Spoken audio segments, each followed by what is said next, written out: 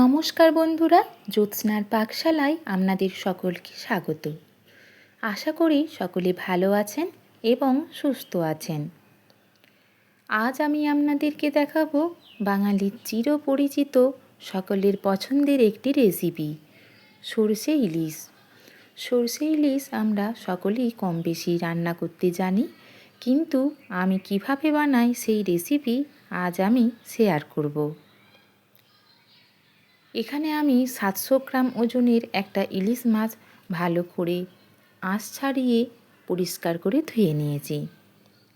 একটা প্লেটের মধ্যে ধুয়ে রাখা ইলিশ মাছগুলো নিয়ে নেব। এখানে আমি 7 পিস ইলিশ মাছের সরষে ইলিশ বানিয়ে দেখাবো। মাছগুলিকে আমি পরিমাণ মতো নুন এবং পরিমাণ মতো হলুদ দিয়ে দেব। প্রত্যেকটা মাছের পিসে নুন এবং হলুদগুলিকে খুব সুন্দরভাবে মাখিয়ে নেব, যাতে নুন এবং হলুদগুলি মাছের সমস্ত অংশে খুব ভালোভাবে ঢুকে যায়। নুন এবং হলুদ মাখিয়ে আমি মাছগুলিকে 15 থেকে 20 মিনিটের জন্য রেস্টে রেখে দেব। এখন মিক্সার গ্রাইন্ডার জার নিয়ে নেব। তার মধ্যে 2 চামচ সাদা সরষে, 2 চামচ কালো সরষে নিয়ে নেব। আপনারা শুধু কালো সরষেও ব্যবহার করতে পারেন। এর মধ্যে সামান্য পরিমাণে নুন, 2টো কাঁচা লঙ্কা দিয়ে দেব। অল্প পরিমাণ জল দিয়ে মিক্সার গ্রাইন্ডারের ঢাকা পরিয়ে একটা মিহি পেস্ট বানিয়ে নেব। তবে আপনারা শিলেও বেটে নিতে পারেন। আমার মিহি পেস্ট সরষের বানানো হয়ে গিয়েছে। এখন একটা বাটি এবং একটা ছাঁকনি নিয়ে নেব। ছাঁকনির সাহায্যে বেটে রাখা সরষেটা অল্প অল্প জল দিয়ে খুব ভালোভাবে ছেঁকে নেব। সরষেটা ছেঁকে নিলে সরষের খোলাটা এই সরষে ইলিশের মধ্যে যাবে না।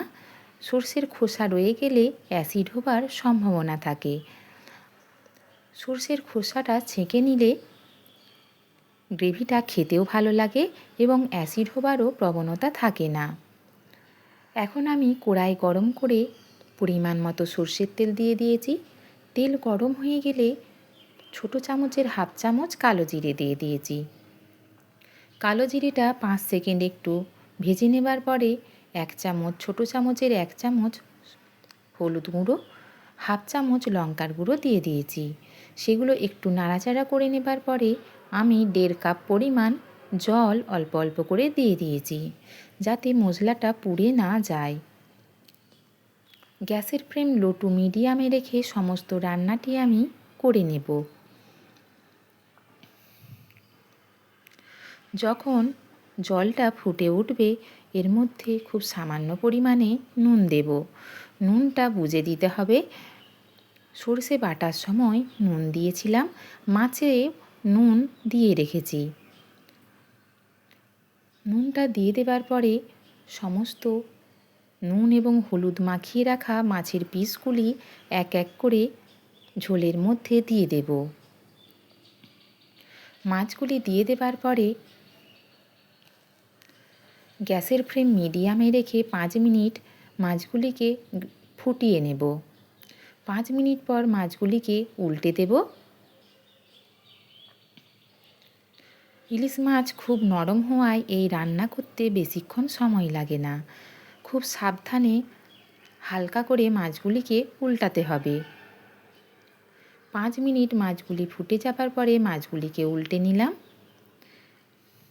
এখন আমি ছেঁকে রাখা সরষে বাটাটা এই মাছের মধ্যে দিয়ে দেব এবং একটা খুন্তির সাহায্যে খুব ভালোভাবে নাড়িয়ে নেব। এই পর্যায়ে আমি ঢাকা দিয়ে রেখে দেব 5 মিনিটের জন্য। 5 মিনিট পর ঢাকা খুলে আমি 2টো কাঁচা লঙ্কা চিড়ে দিয়ে দেব। আবারও আমি ঢাকা দিয়ে দেব 10 মিনিটের জন্য। 10 মিনিট পর গ্রেভিটা দেখুন আমার কত সুন্দর হয়ে গিয়েছে। মাছগুলিকে আবারও আমি খুব আলতোভাবে একটি একটি করে উল্টে দেব, যাতে দুপাশই খুব ভালোভাবে রান্না হয়ে যায়। মাছগুলি আমার সেদ্ধ হয়ে গিয়েছে। মাছগুলি দেখার একটা নিয়ম হলো খুন্তির ডগাটাই করে খুব আলতোভাবে একটু মাছটাকে দেখুন এইভাবে নাড়িয়ে নিলেই দেখা যাবে মাছটা সেদ্ধ হয়েছে কিনা।